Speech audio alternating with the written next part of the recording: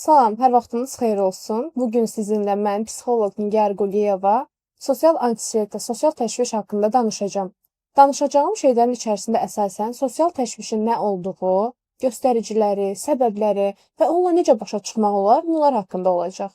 Sosial anksiyete xüsusilə başqa insanların sizi tənqid edə biləcəyini düşünmək, qınaya biləcəyini düşünmək, sosial ortamlardan uzaq qalmaq, beyninizdə daim insanların sizi qınadığını düşünmək, xüsusilə sosial ortamlarda təşvişin ortaya çıxması ilə bağlı bir psixoloji problemdir.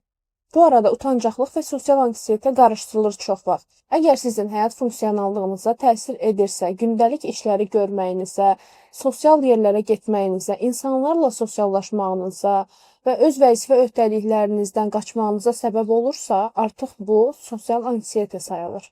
Sosial anksiyete sayəsində əslində bir yerdə də öz performansınızı yetəri qədər göstərə bilmərsiniz və bu sizin həyatınıza da təsir eləyə bilər, həmçinin karyeranıza və yaxın münasibətlərinizə təsir eləyər.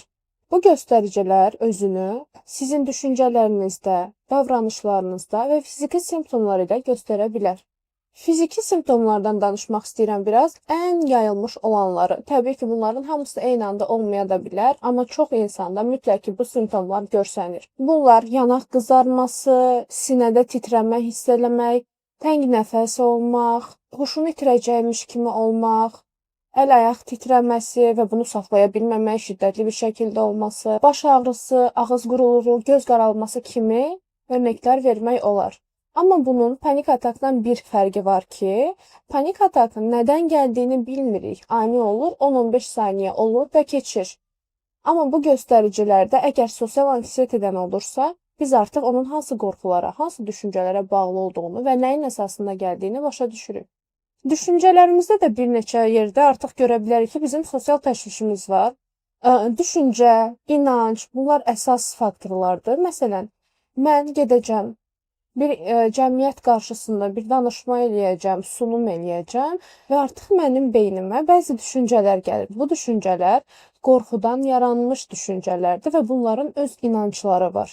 Bu düşüncələr arasında ola bilər ki, insanlar mənlə məzələnəcək, insanlar danışdığımı bəyənməyəcək və ya yeni bir ortama girəndə, yeni bir insanların arasına girəndə düşünürəm ki, mən nə danışsam da məni yetərsiz görəcəklər və artıq bu inanclarla özümü şərtləyirəm, bu düşüncələr yaranır. Bu neqativ düşüncələr mənim sosial təşvişimi daha da hiddətləndirir və mən özümü o ortamlardan uzaqlaşdırıram, beləliklə öz həyat fəaliyyətimə mane olmuş oluram. Və davranış olaraq da bəzi göstəriciləri var. Məsələn, bir insan sunum eləyə bilmir, çünki qorxur ki, uğursuz alınacaq, artıq bu inanc formalaşıb və buna görə sinifdə qalır və ya həmin dərsdən keçə bilmir. Daha sonra başqa bir yerdə yeni bir ortama girməlidir, bir qrup liderliyi eləməlidir, amma eləyə bilmir və bu iş həyatına, karyerasına təsir eləyir. Bu kimi davranış göstəriciləri də mövcuddur. İndi isə biraz yaranma səbəblərindən danışmaq istəyirəm. Sosial təşvişin yaranma səbəbləri arasında xarici mühitin təsiri və ailəsəl, genetik faktorlar mövcuddur. Əgər ana və ya atada sosial anksiyete varsa, böyük ehtimal ki, bu da artıq 6 qat daha yüksək ehtimalla araşdırmalar belə göstərir ki, həmin uşağa da keçəcək. Və ya xarici faktorlar bizim öz yaşadığımız təcrübələr, erkən uşaqlıq dönəmində gördüyümüz, eşitdiyimiz müəyyən hadisələr qarşısında bəlkə özümüzün yetərsiz hiss elədiyi əsasında, bəlkə özümüz yetərsiz hiss eləmişik və artıq bu bizə yüklənib və ya özümüzlə bağlı heç nə olmasın, qarşımızda hansısa insanı tənqid eləyiblər, alçaldıblar, artıq oradan bunu özümüzə yükləmişik ki, və gələcəkdə sosial təşvişimiz, sosial anksiyetemiz yaranır.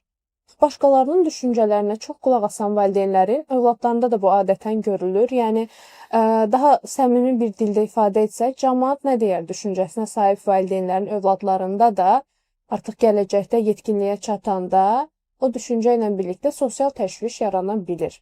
Bundan əlavə, uşaqlıq çağında, sosiallaşmalı olduğu çağda sosiallaşmayan bir uşaq artıq sosial bacarıqlarının nə olduğunu yerli-yerində öyrənmir. Öyrənməli olduğu yaşda öyrənmir və buna görə hər zaman özünü digərlərindən əksik hiss edir.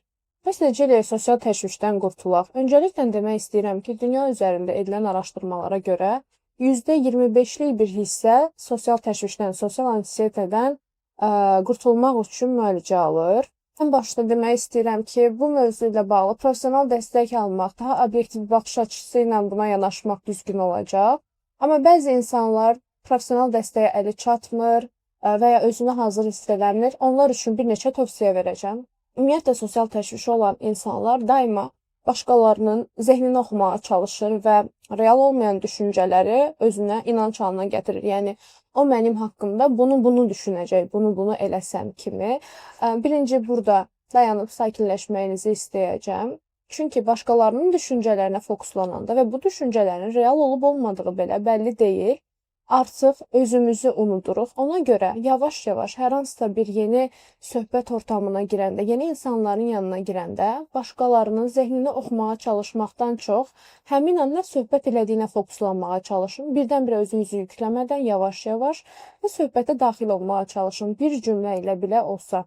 Bir digər verəcəyim tövsiyə, başqalarının hərəkətlərini, davranışlarını şəxsi algılamamağa çalışın. Məsələn, bir dostunuzla danışırsınız, dostunuz o anda əsnəməyə başlayır və siz o dəqiqə fikirləşirsiniz ki, kaş mən bu söhbəti açmasaydım, artıq o sıxıldı.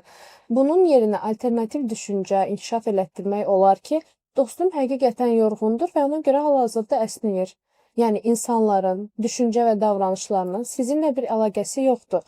Bu, hər kəsin fərdi olaraq yaşadığı bir şeydir. Ən önəmli tövsiyəm, anksiyetenizi bastırmağa, gizlətməyə çalışmayın.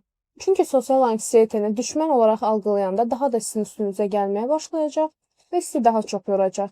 Ona görə bu sizə aid bir şey deyil. Bunu qəbul edin və zamanla öyrənmişsiniz və ya genetik gəlib, amma anksiyetesiz, xoşbəxt, rahat, özgür bir həyat da mümkündür. Yəni, qısacası, sosial anksiyete sizin bir xarakterik xüsusiyyətiniz deyil, sadəcə öyrənilmiş bir davranış biçimidir. Son sözlərimi də demək istəyirəm ki, heç vaxt kömək istəməkdən, kömək almaqdan çəkinməyin. Çünki o travmaların oluşu, travmaya bu cür reaksiya verməyiniz sizin probleminiz deyil.